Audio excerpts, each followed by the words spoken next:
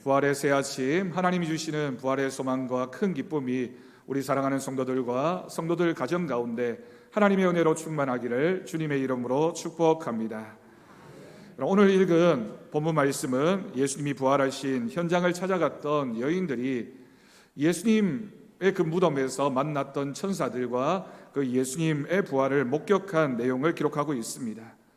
우리는 오늘 말씀을 통해서 그 천사들이 전해주었던 말씀, 그리고 부활하신 예수님을 만났던 이 여인들의 반응을 통하여 우리가 이 부활의 아침 하나님이 들려주시는 음성에 귀를 기울이며 또한 믿음의 결단이 있는 귀한 은혜가 있기를 간절히 바랍니다. 오늘 말씀에는 4가지 중요한 말씀들이 기록되어져 있습니다. 첫 번째는 너희는 무서워하지 말라라고 하는 말씀입니다.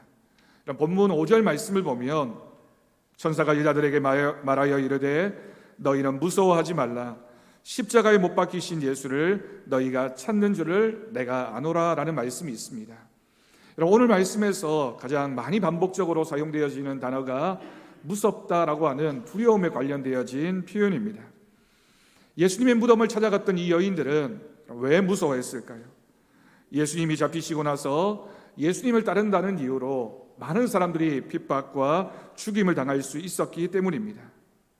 두려운 마음으로 예수님의 무덤을 찾아왔지만 그러나 그들의 마음에서도 아직 두려움이 완전히 사라지지 않았습니다. 불안과 두려움에 쌓여서 그 무덤 곁에 서 있던 여인들에게 천사는 두려워하지 말라라고 말씀하셨습니다. 인간이 가지고 있는 많은 문제 중에 가장 핵심적인 문제를 꼽으라고 한다면 그것은 바로 두려움입니다. 공포 또는 무서움, 걱정, 염려, 근심이라고 할 수 있습니다. 불안과 염려와 근심과 두려움은 때론 우리의 몸을, 때론 우리의 마음을, 우리의 영혼을 피폐하게 만들고 깨뜨려 버립니다. 그러나 오늘 본문 말씀에서 부활하신 주님께서 우리에게 들려주신 이 말씀에 우리 모두가 귀를 기울일 수 있기를 바랍니다. 너는 이제부터는 두려워하지 말라. 죽은 자를 살리신 하나님께서 너를 위해 무엇을 못하겠느냐? 독생자를 주신 그 주님께서 너를 위하여 무엇을 아끼시겠느냐? 두려워 말라, 염려하지 말라. 여러분, 이 말씀을 듣고 아멘으로 응답하는 그 믿음 가운데 성령님이 임재하셔서 그의 심령 가운데 있는 근원적인 두려움의 문제가 해결되어지고 두려움이 떠나가는 은혜가 있을 줄로 믿습니다. 오늘 부활하신 주님께서 천사를 통해 주신 말씀입니다. 우리의 마음속에 성령님이 계시면 그 두려움이 물러가고 그 두려움을 이겨낼 수 있는 믿음이 생겨나게 되며 두려움을 이겨낸 사람은 믿음의 사람으로 하나님이 기뻐하시는 삶을 살 수 있게 됩니다. 그리고 또한 우리가 기억해야 할 것은 우리도 다른 사람들에게 이 두려움과 염려와 근심을 불러일으키지 않도록 조심해야 된다라고 하는 것입니다. 많은 아동 심리학자들이 가정에서 부모님들이 두려워하고 걱정하고 염려하는 그 마음들, 그 감정들이 고스란히 자녀들에게 전달되어지는 경우가 많이 있다고 합니다. 걱정이 많은 부모, 염려와 두려움과 근심이 많은 그 가정에서 자란 아이들은 평생을 근심과 걱정으로 지날 수밖에 없습니다. 그러므로 우리가 믿음의 사람이라면, 우리가 믿음을 먼저 영접한 부모라면 믿음의 부모로서 하나님을 믿는 그 믿음으로 두려움 대신에 하나님이 우리에게 들려주시는 말씀을 의지하면서 우리의 가정에는 두려움이 떠나가는 은혜가 있기를 주님의 이름으로 축복합니다. 두 번째 말씀은 그가 말씀하시던 대로 살아나셨다라고 하는 말씀입니다. 오늘 본문 5절과 6절 말씀을 보면 천사가 여자들에게 말하여 이르되 너희는 무서워하지 말라. 십자가에 못 박히신 예수를 너희가 찾는 줄을 내가 아노라. 그가 여기 계시지 않고 그가 말씀하시는 대로 살아나셨느니라. 와서 그가 누우셨던 것을 보라라고 기록하고 있습니다. 그가 말씀하시던 대로 살아나셨다라고 하는 것은 우리 주님께서 이 땅에 오실 때 구약의 예언의 말씀을 따라서 이 땅에 오셨던 그것 그대로 또한 그 말씀하신 그대로 십자가에 달려 돌아가시고 사흘 만에 부활하실 것을 믿으라라고 하는 말씀이기도 합니다. 무덤을 찾아왔던 이 여인들은 예수님을 사랑했습니다. 얼마나 사랑했는지 제자들은 다 뿔뿔이 흩어지고 도망쳤지만 그 새벽에 예수님을 만나기 위해서 무덤을 찾아왔습니다. 천사들은 여인들을 향하여 무엇라고 말합니까? 그들은 죽은 예수님을 찾고 있다. 그러나 예수님은 그가 말씀하시던 대로 다시 살아나셨다. 여기 비어져 있는 무덤을 보라라고 말씀합니다. 예수님은 십자가를 지시기 전에 여러 번에 걸쳐서 나는 다시 살아날 것이다라고 제자들에게 알려주셨습니다.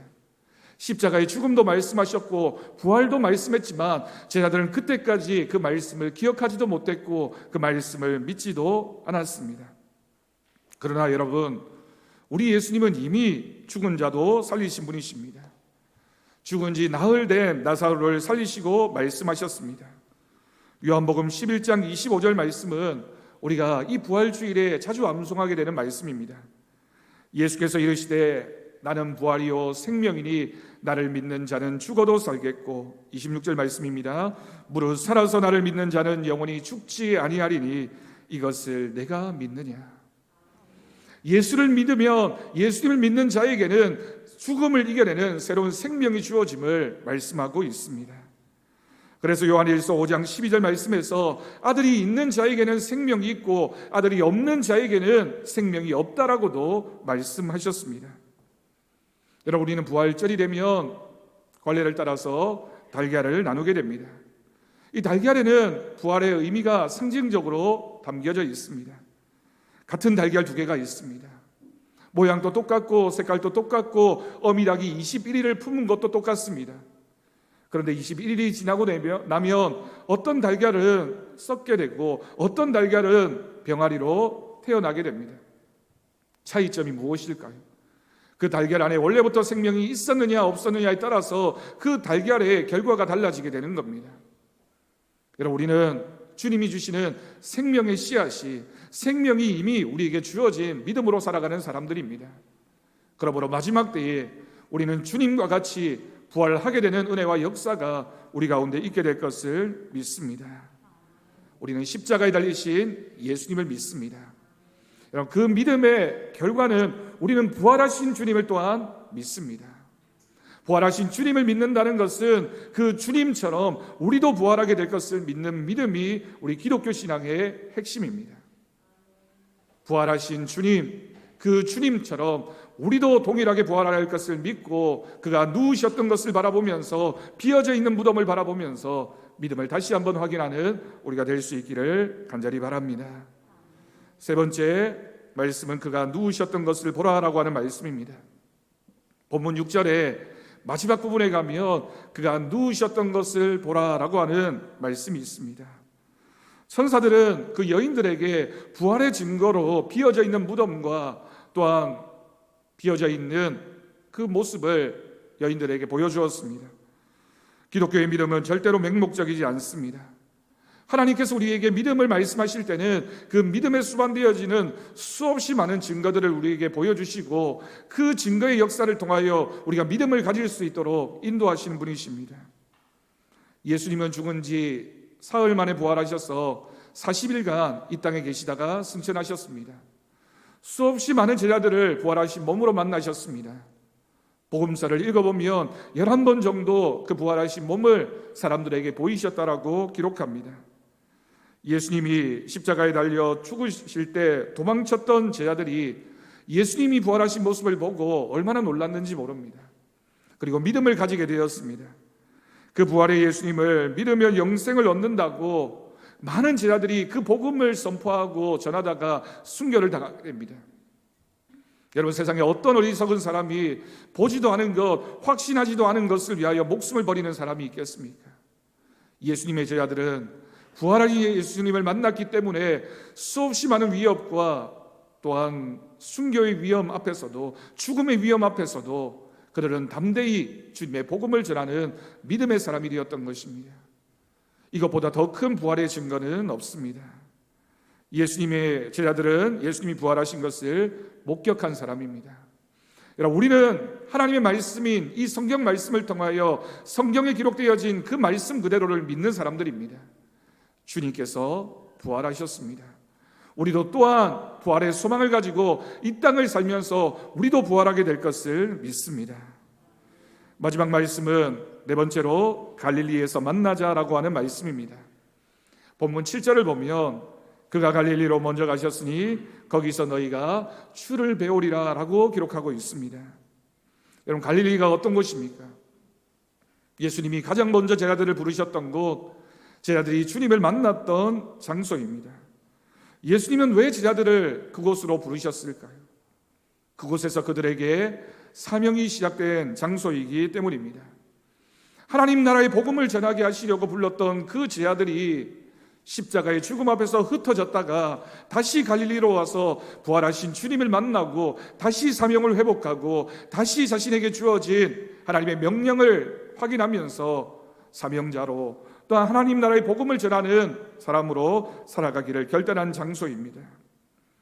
여러분, 우리는 부활의 주님을 믿으며 그 부활하신 주님이 우리와 함께 하심을 믿는 사람들입니다. 네, 여러분, 그 믿음에는 조건이 있습니다. 우리가 가지고 있는 그 믿음을 우리는 증인으로서 전해야 하는 책임이 우리 가운데 있다는 것입니다. 오늘 주신 말씀 속에 부활한 주님을 만났던 이 여인들, 천사들과 마주하다가 이제 부활하신 주님을 만났던 그 여인들이 보여주었던 반응이 두 가지로 기록되어져 있습니다. 첫 번째 반응은 오늘 본문 8절 말씀을 보면 무서움이라고 하는 감정이었고, 두 번째는 큰 기쁨이라고 하는 단어였습니다. 여기에 기록되어진 이 무서움이라고 하는 것은 앞서서 우리가 살펴보았던 두려움과는 전혀 다른 개념입니다. 살아계신 하나님, 이 세상의 주인 되시는 하나님, 죽은 자를 살리시고 부활하신 그 예수님을 목격하면서 하나님이 어떤 분이신가에 대한 하나님에 대한 경외하는 그 마음을 오늘 말씀에서 두려움이라고 표현하고 있습니다. 하나님을 무서워하는 그 마음은 하나님을 경외하는 믿음입니다. 부활의 예수님께서 실패하고 낙심하고 넘어진 우리들을 격려하시며 다시 일으켜 주셨습니다. 여러분, 인생이 얼마나 우리의 삶에서 많은 실패를 경험하는지 모릅니다. 돈에서 실패하기도 하고, 학업에서 실패하기도 하고, 직장과 사업에서 실패하기도 하고, 결혼 생활과 또는 인생의 많은 인간관계에서 실패를 우리는 경험하게 됩니다. 하지만 우리가 하나님 앞에서 우리가 믿음을 지켜간다는 것은, 또한 우리가 하나님을 두려워하면서 또한 큰 기쁨을 누리는 이유는 그 두려움 너머에 있는 하나님이 주시는 기쁨이 우리 가운데 있기 때문입니다. 그래서 여러분, 부활하신 주님을 만난 사람에게 주어진 하나님의 선물은 소망이었습니다. 죽음은 소망이 없습니다. 끝입니다. 절망입니다. 그러나 부활하신 이 여인들은 부활하신 주님을 뵙고 난 다음에 소망을 가지게 되었습니다. 이 세상을 바라보며 아무런 소망이 없지만 부활하신 주님을 바라보고 그 주님을 확신하면서 우리 모두가 이 땅이 아니라 하나님 나라에 대한 소망을 가질 수 있기를 주님의 이름으로 축복합니다. 오늘 우리는 이 부활주일 아침 이 말씀들을 기억하면서 주님이 우리에게 무엇을 원하시는지, 우리가 어떤 믿음으로 결단하며 주님 앞에 나아가야 하는지를 말씀을 통해 고백할 수 있기를 간절히 바랍니다. 세 가지 문장을 여러분들과 같이 읽으려고 합니다. 앞에 있는 화면을 보시면서 우리 다 함께 큰 목소리로 고백하겠습니다. 예수님은 부활하셨습니다. 우리에게는 부활의 능력이 있습니다. 부활의 주님을 바라봅시다. 아멘. 다시 한번 하겠습니다. 예수님은 부활하셨습니다. 우리에게는 부활의 능력이 있습니다. 부활의 주님을 바라봅시다. 아멘. 그 믿음으로 부활의 소망으로 살아가는 우리 모든 성도들 되기를 주님의 이름으로 축복합니다. 기도하겠습니다.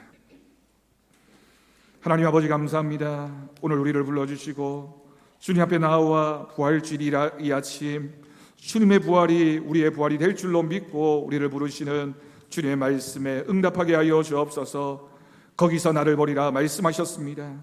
주님의 음성을 기억하게 하시고 우리도 부활의 소망을 가지고 이 땅을 살아가는 부활의 증인들 되게 하나님 역사하여 주옵소서. 감사드리옵고 예수님의 이름으로 기도드립니다. 아멘.